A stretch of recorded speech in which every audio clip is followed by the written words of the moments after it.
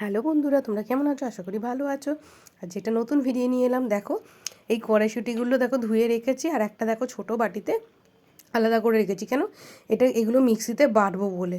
তারপরে কি উনুন গরম হয়ে গেছে, কড়াটা জেলে দিলাম।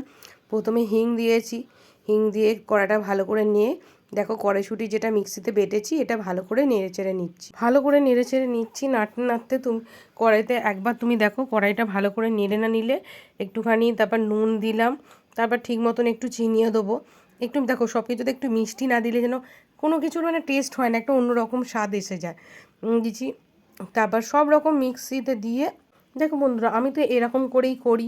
এবার আমি জানি না তোমরা কেমন করে করো, তোমরাও যদি অন্যরকম একটু করো রান্নার প্রসেস তোমরা আমাকে বলতে পারো, আমি একটু অন্যরকমভাবে ট্রাই করতে পারি। দেখো অনেকটা হয়ে এলো, ভালো করে নেড়ে চেড়ে নিচ্ছি। একটু বেশি না নাড়লে ভালো করে শুকনো করা যাবে না, তবেই তো পুর দেওয়া হবে, তাই না?